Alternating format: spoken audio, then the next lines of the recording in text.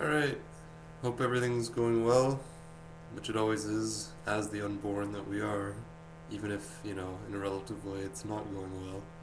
So, there's no quick fix on offer, it's just to see that what we really are is free of the problems that we think, that we used to think that we always had, all those big problems that we were quite sure were real, and how I'm always in the middle of them, they're always my problems, and my suffering and my this and that.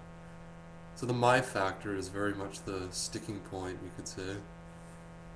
One common thing that comes up, I was speaking to someone about, is this whole flip-flopping issue. Issue that's so important, and it seems very important from the perspective of the imaginary seeker. Of course, if I mean, for me, what the flip-flop felt like was sort of this, it was almost a violent sort of shift sometimes from the perspective of being what I really am, which is just open and aware, simple, to the perspective of being a me trying to get back to that or being afraid of that or something. And see, the important thing to see is that this flip flop is an appearance. The mind will label something as, oh, I'm switching on and off, or I'm being unconscious and then being conscious. So it's important to see what we really are right off the bat, so that this flip flop stuff can be seen as just more appearance happening. Because otherwise, we take ourselves as this limited entity who's being flip flopped. So I'm a self, I'm a little me, who's being thrown around by this flip flopping sort of uh, modality or something. But no, I'm the awareness in which this flip flop can happen. So I've never actually been in anything.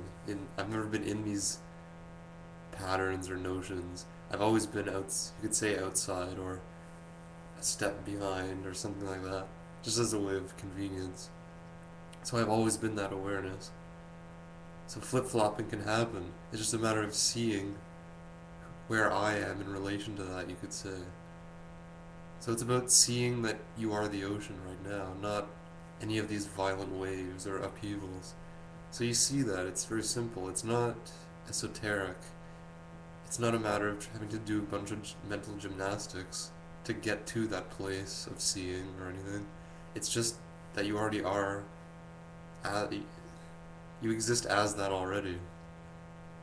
So it's just seeing that and seeing that all of this stuff is just playing out, just plays out, and without that investment in, or that sort of believed in sense of a me, then they're just patterns that happen with no one to affect, with no one to hurt, no one to disrupt or any of that.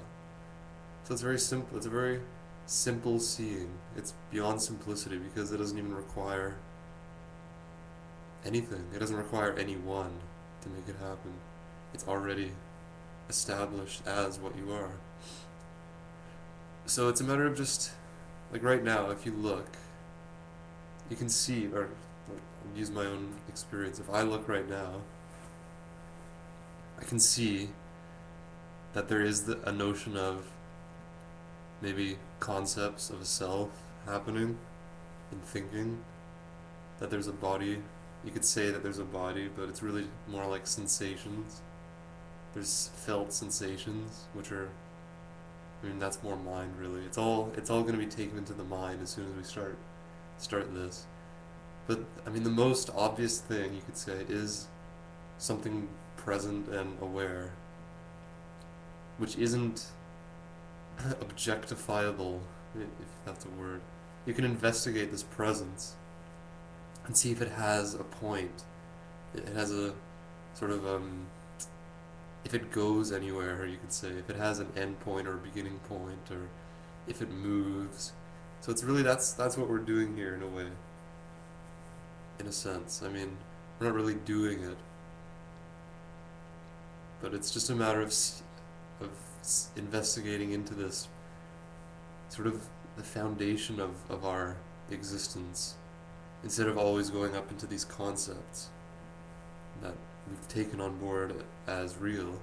So we're living as seekers, we live in concepts. We live as these conditioned conceptual selves, which aren't really selves at all. It's not really a self, it's just sort of thinking happening, being believed. So there's never really been that actual entity. It's always simply been this awareness. And it's not a complex thing to really see. That's the whole thing. It's not a spiritual sort of attainment or seeing or understanding. It doesn't need that. It doesn't need the extra processing of specialness, you know? We don't need to go there. We've been taught a lot of things. I mean, that's the brain, you could say, has really taken in a lot of information and believed in it from you could say, the formative years, right? So being special has become very important for a lot of us. Being right, being me, in essence, right? Being a separate self is what our society is running on. So, you know, it's not a matter of trying to obliterate all this conditioning and all that. It's just a matter of seeing what's been real the whole time. And then, if you see what's real, it's pretty easy to see what isn't, namely everything. You are what's real. You know, it's not a matter of finding this sort of esoteric place where everything's okay and I'm okay. It's about seeing that this separate I is just arising in the okayness that you are. So it's simple. It's simple for that awareness because it already is the case. It's not going to be simple if what's listening is that imaginary self. That's the whole problem, is that seekers don't really believe or don't really come to see that they are actually the awareness. Otherwise there wouldn't be a seeker. Seekers are very convinced that they're seekers. I was quite convinced that I was actually a seeker, but then of course well, wait a minute, if I'm a seeker now and they're telling me that I'm this awareness too, that's the war already, right? Because I'm in an identity crisis because I'm being told that I'm something that I don't think I am because I think I'm this concept. So people are saying, no, you're the awareness, you're the being, and it's like, wait a minute, but I know I'm me, right? I know I'm this conceptual self. So that's the war. I mean, the mind goes to war with itself because it can't come to see the simplicity of this. You can see the simplicity, the mind or thinking never can. That's okay. What you are sees this already, knows it already, you could say, is it. You know, it's not a matter of even knowing it in the sense that the mind will conjure up. We can't deal with this on the level of the mind. There's not really a level of the mind. There isn't really a mind at all.